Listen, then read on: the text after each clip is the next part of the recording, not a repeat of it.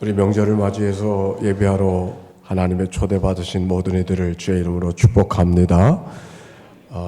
또 가족들 만나기 위해서 떠나신 분도 계시지만 또 가족들 때문에 다시 와서 같이 예배하는 모든 가족들 환영합니다. 오늘 또 특별 찬송 지난주 설교 말씀과 이어서 잘 준비해 주셔서 찬양해 주셨음을 감사드립니다. 새해 복 많이 받으세요. 옆 사람하고도 인사합시다. 새해 복 많이 받으세요.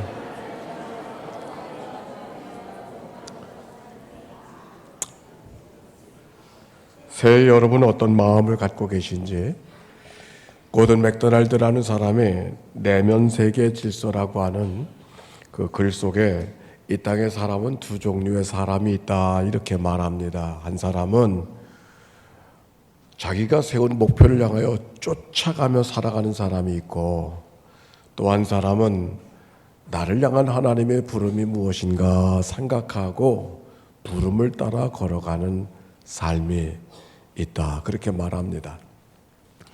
성경 속에 쫓아가는 사람의 한 일상의 대표적인 모습은 다윗 왕 시절에 사울 왕이 쫓아가는 삶, 쫓겨가는 삶. 자기가 왕이었음에도 불구하고 늘 쫓기듯이 살아가는 그 왕의 모습이 현대인의 일상 속에 보여지는 모습이라고 이야기합니다.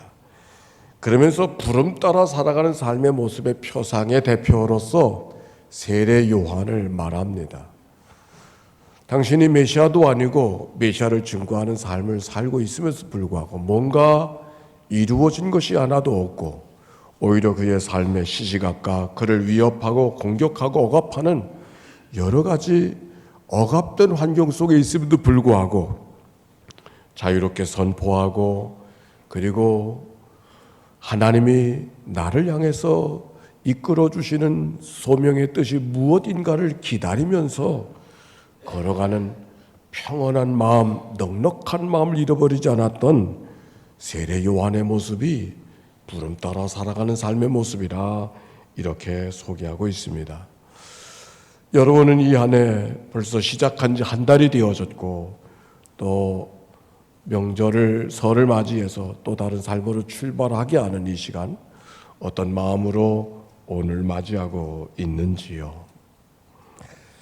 오늘 성경의 이야기로 가보겠습니다. 오늘 성경에 있는 이야기는 예수님이 공생애를 시작하면서 처음 사역을 적고 있습니다. 처음 사역에 어떠한 일을 그가 하셨는가? 회당에 가서 가르치시기도 하고 복음을 전파하기도 하고 사람들의 질고를 치료해 주는 그런 봉사자의 삶을 살기도 하셨지만, 그 이전에 제일 먼저 하셨던 일은 사람을 불러 세우는 일이었었습니다. 우리가 아는 대로 오늘 성경의 말씀은 예수님이 제자들을 불러 세우시는 이야기가 오늘 본문 속에 있는데, 오늘 이 말씀 속에 예수님이 찾아 부르시는 이야기 그 속에 누구를 찾아 부르시는가, 이 말씀 속에 우리가 받아야 될 가르침이 무엇인가 하는 이야기를 같이 여러분과 나누려고 합니다.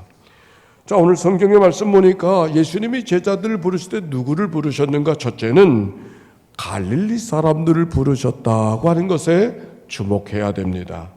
오늘 마태복음 4장 13절의 말씀 같이 한번 읽어보겠습니다. 마태복음 4장 13절입니다.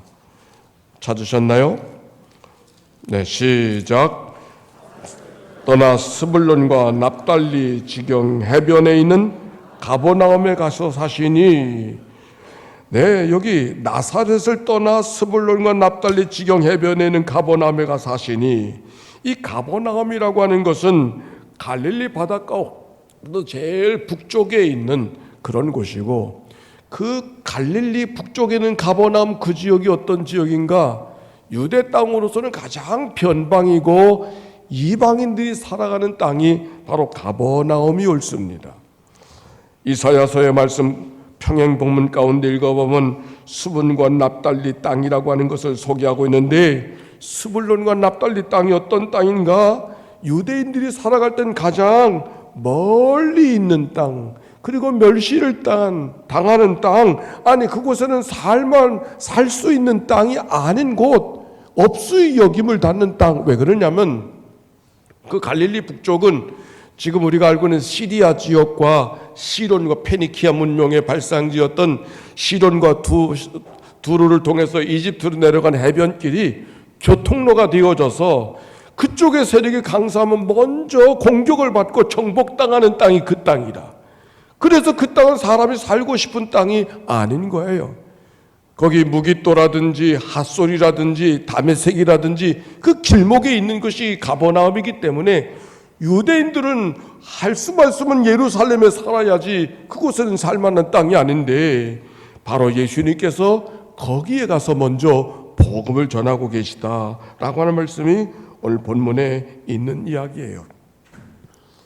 아웃라이어라고 하는 말콤 크레드월이라고 하는 사람이 쓴 책에 있는데 거기 이런 글이 있어요. 사람이 성공적인 인생이 되어지는 데는 그가 어떤 재주, 어떤 능력을 갖고 있는가 보다 더 중요한 것은 그가 태어난 환경, 성장한 환경이 어떤 환경에서 태어나고 성장했는가가 그의 인생의 전부를 결정하는 중요한 요소가 된다. 그렇게 말하고 있습니다. 아마도 저자의 말 속에는 유대인들이 남다른 백성으로 이 시대를 살아가고 있는 것은 그들의 능력이 개인적으로 특별한 민족이기 때문에 특별한 것이 아니라 남들보다 더 어려운 환경 속에서 그들이 태어나고 자랐고 그런 환경에 쌓여졌던 그의 삶의 이야기가 이 시대에 주목받는 민족이 되게 하지 않았는가 하는 얘기를 하고 싶은 것입니다. 데이빗 와슬이라는 사람이 제자도회라고 하는 책을 썼는데 거기 보니까 예수님이 왜 많은 사람들 가운데 제자들을 그들을 부르셨는가? 적어도 하나님의 거룩한 일을 하라고 한다고 하면 좀 더 정결한 사람, 좀 더 율법적인 사람, 좀 더 흠이 없는 사람, 좀 더 지적인 능력 있는 사람, 좀 더 재정적 여력이 있는 사람, 아니 그런 사람들을 제자로 뽑아야 되는데 마치 예수님이 제자를 뽑은 것은 아무나 뽑은 것 같다고. 어부, 세로리 열심당한 멸시받던 세리, 심지어 가룟 유다까지 마치 시장에 나가서 사람을 닥치는 대로 모아낸 것 같은 사람들을 제자로 부르신 것이 무슨 뜻인가 그렇게 이야기하고 있습니다. 그런데 거기에 하나님의 뜻이 있는 것이죠. 그 사람이 특별하고 남달라서 제자로 부른 것이 아니라 어찌 보면 아무것도 아닌 것 같은 자랑할 만한 것이 아무것도 없는 갈릴리 사람들 가운데 제자를 부르셨다고 하는 얘기는 바로 그들의 삶 속에서 하나님이 하시고자 원하시는 뜻이 있음을 알게 하기 위함이라고 말씀해 주었어요. 만디라는 사람이 있습니다. 그 사람이 갈릴리 사람들을 예수님이 부르신 것은 마치 변두리 사람, 머지널 풀풀, 가장 두메 산골의 사람, 바로 그들을 주님이 쓰기를 원하셔서 그렇게 부르신 것이라고. 변두리 사람이기 때문에 자존감이 없습니다. 변두리 사람이기 때문에 주목받지 못했습니다. 변두리 사람이기 때문에 자랑할 것이 없습니다. 그런데 일부러 주님은 그 사람들을 제자로 먼저 불러주신 것은 하나님의 특별한 뜻이 있음을 이야기하고 있는 것이죠. 오늘 여기 성경에 있는 말씀처럼 마태복음 4장 16절 흑암이 앉은 백성이 큰 빛을 보았고 사망의 땅과 그늘에 앉은 자에게 빛이 비치었도다. 이 땅에 복음으로 오신 예수 그리스도 많고 많은 사람들 가운데 많은 그들을 특별히 주목받는 사람을 부르지 아니하시고 죽음의 그늘의 땅에 있는 사람들을 먼저 불러주셨던 것은 그들에게 복음이 먼저 필요한 것을 아셨기 때문에 주님이 그들을 부르셔서 제자로 삼고 있음이 아닌가 말씀하고 있는 것이죠. 오늘 부른 정가대의 찬양은 베르디의 히브리 노예들의 찬송이라고 하는 그런 곡이 옳습니다. 이 노래를 부르고 있던 사람들은 바벨론의 포로로 잡혀가서 고향 땅을 그리워하고 있었지만 가볼 수 없는 고향의 그리움을 갖고 있던 그런 사람들. 그러나 하나님께서 그들의 마음속에 믿음을 주시어서 그들이 그늘진 땅의 흑암 속에 사망 속에 있었어도 눈물로 아픔과 한숨으로 탄식으로 살지 아니하고 하나님 때문에 노래하며 살아갈 수 있는, 황금빛 날개로 날아가게 되리라. 가보지 못한 고향 땅이지만 그러나 내 빼앗긴 조국을 하나님께서 내게 만나게 해줄 거라고 하는 노예들의 노래. 노예들의 삶이 노래 부를 만한 삶인가요? 그러나 노래 부를 수 있게 하시는 하나님의 은혜가 이사야를 통해서 바벨론 포로된 백성들에게 있었던 것처럼 오늘 갈릴리 지역에 살아가는 사람들에게 그런 은혜를 허락해 주시려고 그들에게 먼저 찾아가셔서 그들에게 복음을 전해 주시고 그들 가운데 사람을 선발하고 계시다고 하는 말씀인 것이죠. 명절을 지나며 행여 오늘 성경에 스불론 납달리 땅같이 내가 왜 이 땅에 살아간 많은 땅이 있지만은 여기 살게 하는가? 하는 일마다 일이 힘들고 내 인생은 왜 이렇게 그늘져 있는가? 내 인생은 왜 이렇게 흑암인가? 내 인생은 왜 이렇게 변두리 삶인가? 이런 마음을 갖고 행여 좀 섭섭한 마음이 있는 이가 있나요? 오늘 주님 그곳에 먼저 찾아가셔서 그들을 만나주시고 그들 가운데 부르고 계시는 하나님의 부르심이 오늘 여러분 한 분 한 분을 불러서 예배하게 하시고 말씀 듣게 하시고 하나님 앞에 서도록 인도하시는 은총이 우리 가운데 있는 거 아닌가요? 그런 은혜가 여러분 가운데도 임하게 되기를 바랍니다. 두 번째, 4장 18절의 말씀 같이 한번 읽어봅시다. 마태복음 4장 18절 시작. 갈릴리 해변에 다니시다가 두 형제 곧 베드로라는 시몬과 그 형제 안드레가 바다에 금을 던지는 것을 보시고 됐어요. 그들을 부르셨다고 하는 것이죠. 베드로와 안드레 어떤 사람들입니까? 자기의 오늘의 일에 충성하는, 일상의 삶에 충성하는 사람이 바로 그들이었고 그들을 주님이 불러내고 계셨습니다. 그 아래 야고보와 요한의 형제를 부르실 때도 그들이 배에서 금을 깁는 것을 보시고 부르시니 일하고 있을 때 부르셨다. 이 두 제자들을 부르시는 이 이야기가 우연한 일치가 아니라 오히려 일 없는 사람, 할 일이 없는 사람, 눈이고 있는 사람이 아니라 열심히 자기에게 주어진 일 열심히 충성하고 그 일에 몰두하며 일하는 사람을 주님이 부르고 계시다. 우리들의 생각 같아서는 일하는 사람 말고 일 없는 사람 부르실 것 같지 않아요?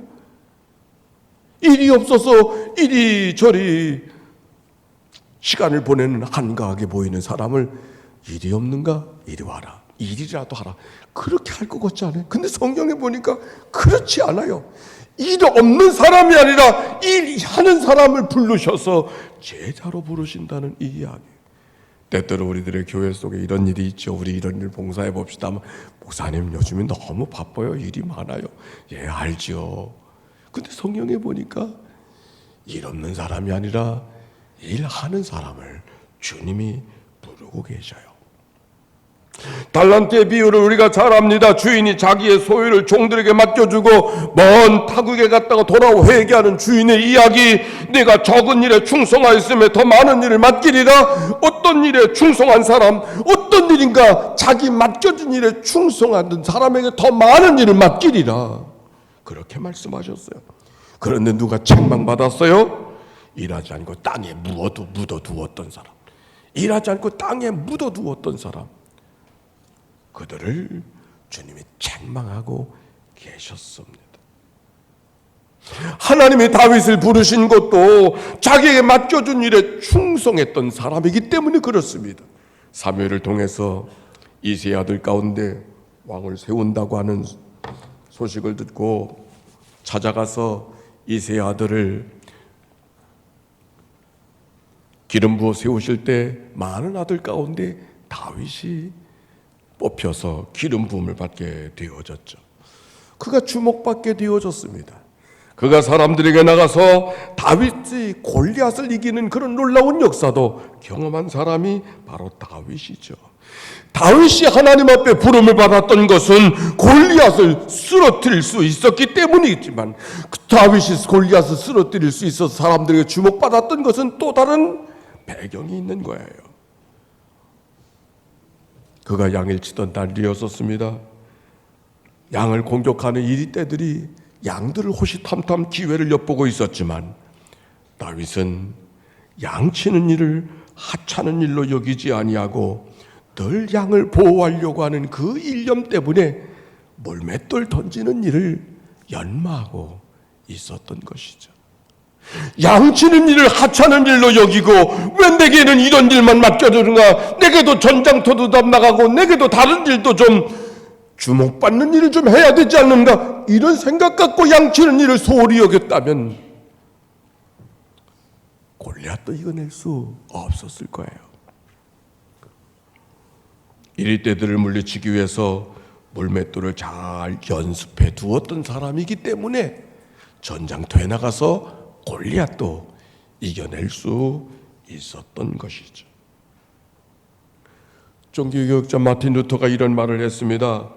소에 젖을 짜고 있는 하녀가 그 일을 하나님의 영광을 위해서 할 수 있는 일이라면 바로 그 일이 하나님의 일이라고. 집에서 일하는 하녀가 소의 젖을 짜는 일은 아마도 하고 싶은 일이 아니었을지 모릅니다. 그러나 그 일이 하나님의 영광을 위해서 할 수 있는 일이라면 그것이 바로 하나님의 일이 될 것이라고. 우리가 때때는 이 일이 거룩한 일 같고 저 일이 거룩하지 못한 일 같고, 이 일이 귀한 일 같고 저 일이 귀하지고 천한 일 같아서 이 일은 할 만하고 저 일은 못하겠다고 그렇게 말할 때가 있지만, 사실 귀한 일 천한 일이 따로 있지 않아요? 가치 있는 일 가치 없는 일 따로 있지 않아요? 어떤 일이라도 하나님의 영광을 위해서 맡겨준 일인 것을 고백할 수 있을 때 그 일이 귀한 일이고 칭찬받은 일이고 거룩한 일이고 하나님의 쓰임받는 상받는 일이 아니겠습니까? 교황으로부터 성자의 칭호를 받는 사람이 저 북아프리카에 살고 있었답니다. 로마의 한 수도자가 자기가 좀 더 거룩한 삶을 살고 싶어서 하루는 그 성자를 보고 싶은 마음이 들어 북아프리카로 가게 되었다지요. 그 성자가 살고 있는 곳에 그들이 도대체 어떻게 거룩한 삶을 살았으면 교황으로부터 성자로 인정을 받을 수 있을까? 시도는 정말 기도하는 마음으로 찾아가서 그를 만났는데 깜짝 놀랐어요. 성자로 소문난 사람은 다른 사람이 아니라 길거리에서 구두를 닦는 노인이었었어요. 그래서 로마에서 온 수도자가 그 노인에게 당신이 성자가 된 비결이 무엇입니까? 그렇게 물었더니 노인이 빙그레 웃으면서 나도 잘 모르겠어. 나는 다만 내게 찾아오는 손님들이 구두를 맡기고 갈 때마다 이 구두가 예수님의 구두다 하는 그런 마음을 갖고 온 정성으로 일한 것밖에는 없어.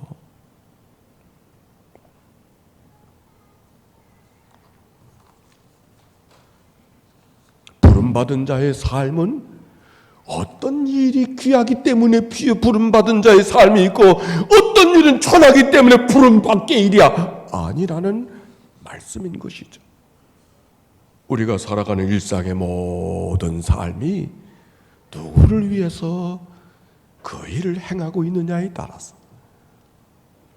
거룩한 일이 얼마든지 될 수 있다는 말씀입니다.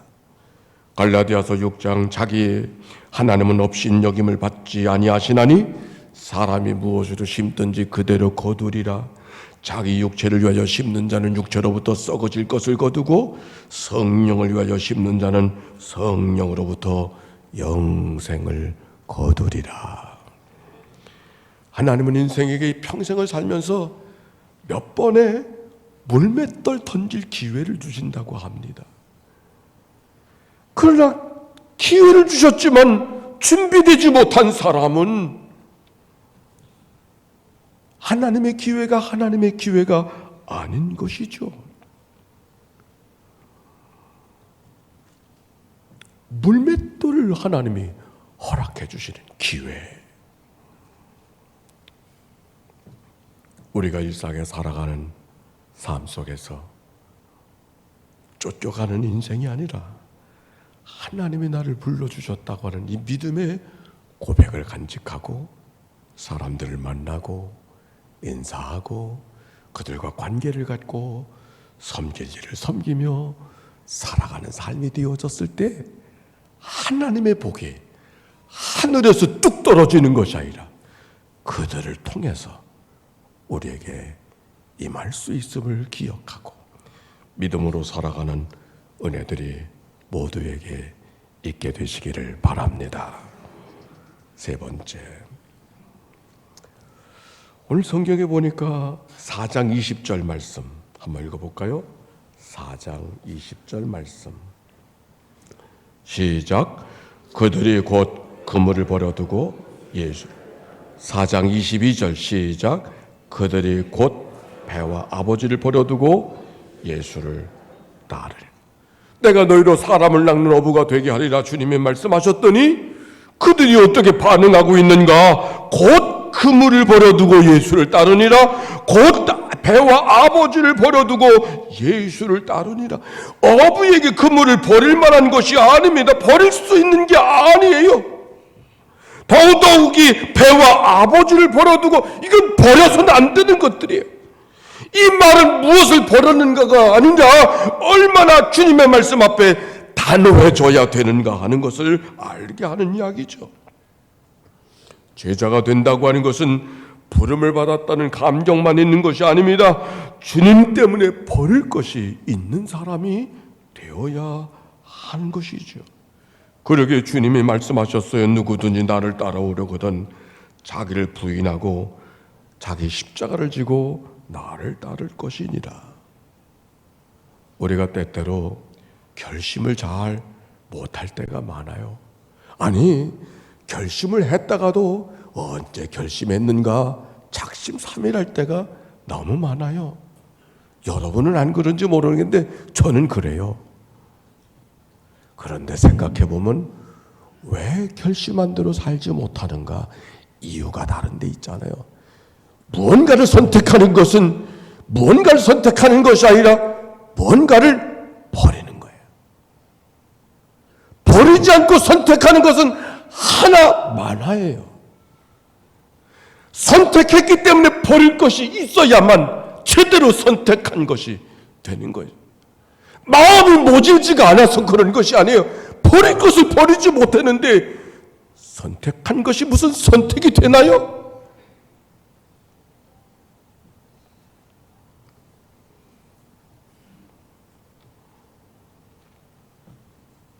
초대교회 교인들은 예수를 믿는다고 하는 것 때문에 친구를 버려야 됐어요.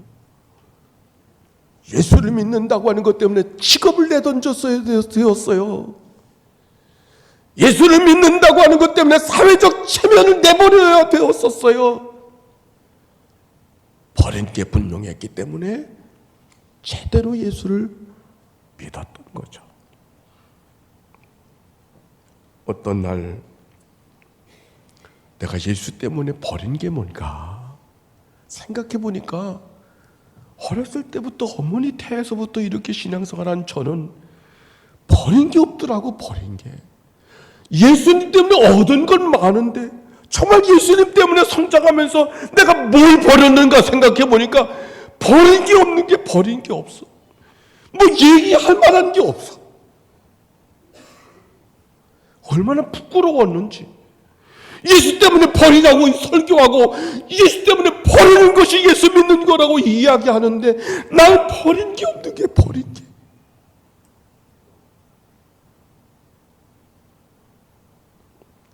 믿을 수 있는 환경에서 태어나고 예수밖에는 믿을 것이 없는 삶의 환경에서 성장하고 기웃거리며 살지 않게 할, 그게 하나님의 은혜로만 여겨졌는데 돌이켜보니까 예수 때문에 버린 게 없는 게 얼마나 부끄럽고 죄송한가. 그런 마음이 제 마음을 어둡게 했던 기억이 새롭습니다. 오늘 제자들 배와 그물을 버려둘 때 얼마나 많은 사람들이 손가락질 했을까. 굳이 예수를 그렇게 믿어야 되느냐고, 너 정신 나가는 거 아니냐고. 그러고 보면 참 여러분은 대단하신 거예요. 예수 때문에 제사를 버리고, 그 문화를 버리고, 예수 때문에 친구 버리고, 예수 때문에 좋아하는 것 버리고, 예수 때문에 버릴 수 없는 것들을 버렸던 여러분의 삶은 너무 귀한 거예요. 우리 주님 기뻐하실 겁니다. 회개하라, 천국이 가까웠느니라. 사실 이 말씀은 그들이 죽을 죄를 진 사람들에게 하신 말씀이 아니었어요. 큰 죄를 짓고 지명수배 받는 사람들에게 회개하고 천국이 가까웠다고 하셨던 말씀이 아니에요. 오히려 오늘도 주님의 말씀을 들으려고, 오늘도 주님의 말씀을 한 말씀 더 들어보려고 찾아왔던 사람들을 향하여 주님이 회개하라, 천국이 가까웠다고 돌아서라고 말씀하고 있는 거예요. 그 보잘것없는 사람들이 어떻게 그 훌륭한 예수님의 제자들이 되어질 수 있었을까? 변두리 사람들이었기 때문에 열심히 있었을 거예요. 그들이 맡겨진 일에 충성을 하고 열심을 다하는 사람도 중요해요. 그러나 더 중요한 것, 주님 때문에 다른 가능성들을 포기하고 오늘을 결단하고 오늘 주님 앞에 자기의 삶을 던질 수 있는 사람이 되어졌기 때문에 남다른 삶을 살게 된 거죠. 어제 버린 것이 없는 사람은 아무도 없어요. 문제는 오늘, 어제의 은혜를 위해서 어제 버리게 하셨던 것처럼 오늘 내가 믿는가 하는 것은 오늘 무엇을 버렸는가에 대답할 수 있어야 하는 것이죠. 설 명절을 지나면서 제가 받은 생활 묵상은 다른 것이 아닙니다. 하나님이 왜 우리에게 설을 주셨을까?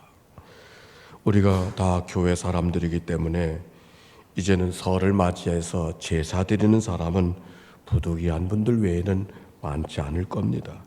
그러나 설은 다 제사를 드리던 날들 아닙니까? 제사를 드린다고 하는 게 뭔가 선조들의 은혜를 기억하기 위함이고, 할 수만 있으면 선조들의 덕도 좀 보고 싶은 마음이 우리의 제사하는 마음 속에 담겨 있는 것이죠. 설을 맞이하는 우리가 이미 기독교인이 되어져서 그 문화가 익숙하지 않은 채 살아가고 있지만, 우리가 한 가지, 어차피 인생은 다 죽음 앞에 가야 되는 인생인데 이럭저럭 살다가 그날을 맞이할 건가? 아니면 제대로 그날을 맞이할 수 있도록 오늘을 살아가야 되지 아니하는가? 새롭게 결단하게 하나님이 이 설을 우리에게 주신 것이 아닌가요?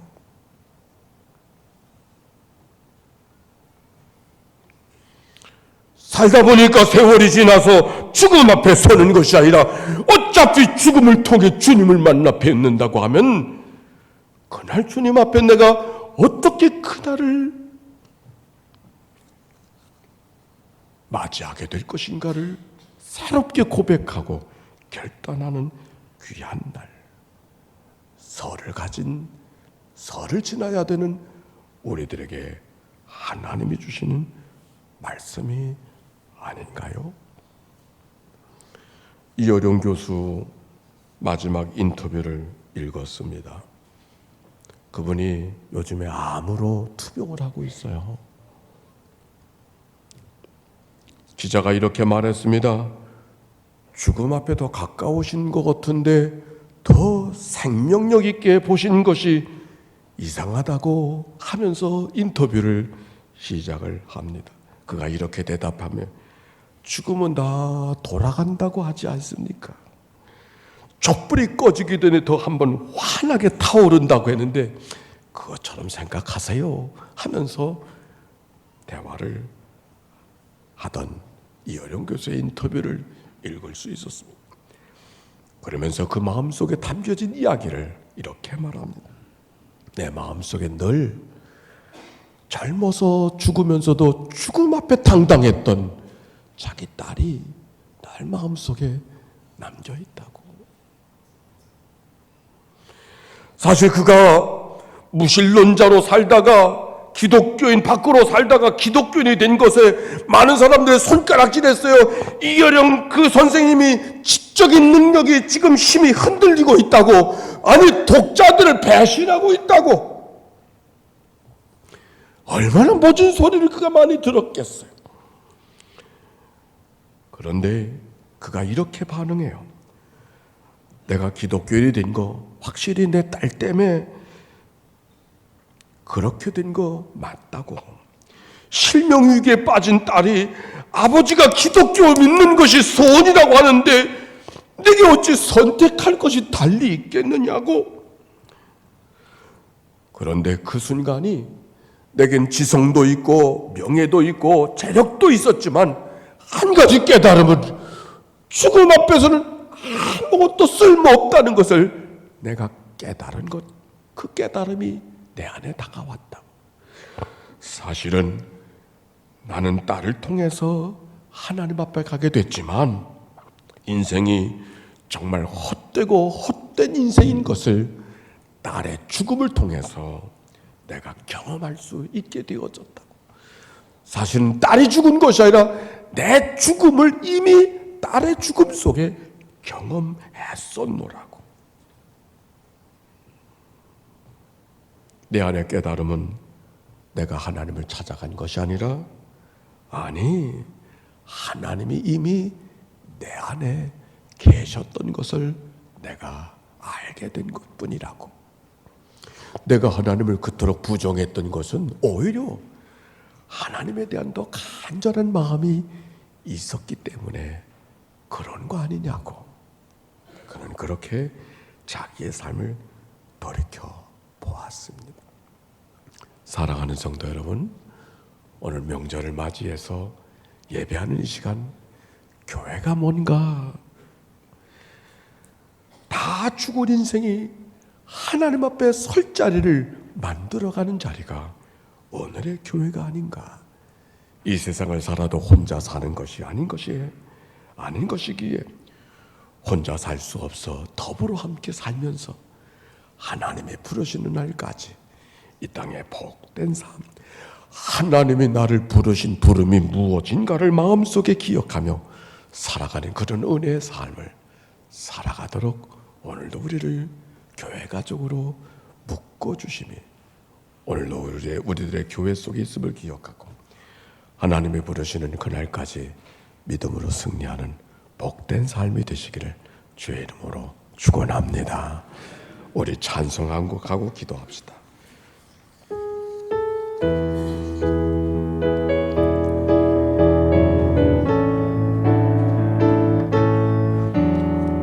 갈릴리 마을 그 숲속에서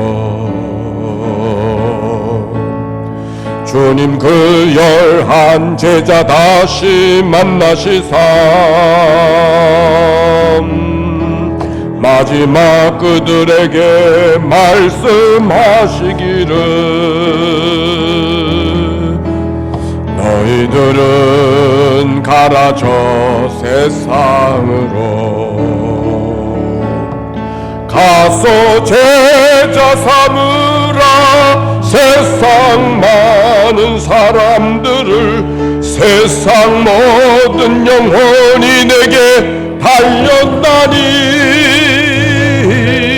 가서 제자 삼으라 너의 길을 너희와 항상 함께하 가서 제자 삼으라 가서 제자 삼으라 세상 많은 사람들을 세상 모든 영혼이 내게 달렸나니 가서 제자 삼으라 나의 길을 가르치라 내가 너희와 항상 함께 우리 함께 기도하십시다. 부름이 없는 사람은 아무도 없을 것입니다.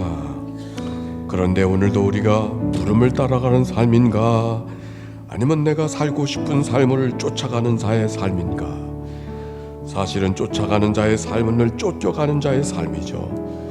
오늘도 하나님의 부름이 무엇인가를 기억하고 나를 부르신 하나님 그 부름을 향하여서 한 걸음 한 걸음을 다가서는 믿음의 삶이 이 한 해 동안 우리 가운데 있어야 되지 않을까요? 우리 함께 기도하며 주님 앞에 나가섭니다. 사랑이 많으시고 자비로우신 아버지 하나님 저희들을 불러주셔서 하나님 백성 삼아주시니 참으로 감사를 드리옵나이다. 너희는 가서 모든 족속으로 제자를 삼고 아버지와 아들과 성령의 이름으로 세례를 주고 내가 너에게 분부한 모든 것을 가르쳐 지키게 하라고 말씀하신 주님이 세상 끝날까지 내가 너희와 항상 함께 있겠다고 말씀하신 주님이요 온 가족이 하나님의 부름 앞에 서는 가족들 되게 인도하여 주시옵소서. 온 가족이 하나님의 가족 되게 하신 하나님의 부름 앞에 서도록 인도하여 주시옵소서. 하나님의 백성들 죽음도 나눌 수 없는 만남이 하나님의 가족들 만남 속에 있음을 기억하고 세상에 좀 그늘진 곳에 살아간다 할지라도 어두운 곳에 있다 할지라도 낙심하지 말게 하여 주시옵시고 오늘도 하나님이 우리를 찾아주셔서 복음을 들려주시고 하나님의 자녀 되게 하신 것을 기뻐하면서 찬송하면서 부름 따라 살아가는 주의 백성들 되도록 인도해 주옵소서. 오늘도 하나님의 가족들을 연희교회 불러주셔서 예배하게 해주시니 감사를 드립니다. 하나님의 거룩한 은혜가 저들의 심령 속에 임하게 해주소서. 하나님이 우리를 속해 주시고 화목하게 하시고 자녀 삼아 주신 하나님의 거룩한 은혜 저들 가운데 있음을 기억하고 맡겨주신 사명 마지막 날까지 신실히 감당한 하나님의 종들 되도록 인도하여 주시옵소서. 하나님 오늘도 예배하게 하신 저들의 마음속에 주여 성령으로 임하게 하시옵소서. 사람의 연수가 70이요 강건하면 80이라고 했는데 한 번 사는 삶 오늘도 하나님 앞에 예배자로 삼아주시고 특별히 2020년 설을 맞이해서 온 가족이 하나님의 자녀임을 고백하고 예배하게 하시오니 참으로 감사를 드리옵나이다. 우리가 그냥 이 세상에 하루살이 같은 인생을 살아갈 수도 있었음에도 불구하고 하나님이 우리를 자녀 삼아주신 하나님의 은혜 속에 그래서 죽음 앞에서도 대면하게 하시고 죽음을 뚫고 갈 수 있는 믿음의 장부들로 삼아주시니 참으로 감사를 드리옵나이다. 하나님이여 한 번 사는 삶 나를 향한 하나님의 부름이 무엇인가를 기억하고 믿음으로 살아가는 저희들 되게 해 주시옵시고 때때로 낙심하고 좌절할 때마다 나를 불러주시고 인도해 주신 하나님의 거룩한 은혜 가운데 새로운 용기를 갖고 소망을 갖고 살아가는 믿음의 백성들 되도록 인도하여 주시옵소서. 사랑할 자를 사랑하며 살게 하여 주시옵시고 용서할 자를 용서하며 살게 해 주시옵시고 맡겨주신 소임이 무엇인가 충성되이 감당해서 하나님 앞에 서게 된 날 잘했다 칭찬받은 하나님의 백성들 되게 해 주옵소서. 특별히 2020년도 이제 지나간 일들을 하나님 앞에 감사하면서 새로운 마음으로 하나님의 거룩한 뜻 앞에 서기를 원하오니 하나님의 부름 앞에 내가 여기 있습니다 나를 보내주소서 믿음으로 반응하며 살아가는 주의 백성들 되게 하옵소서. 우리를 구원하신 예수님의 이름으로 기도하옵나이다. 아멘.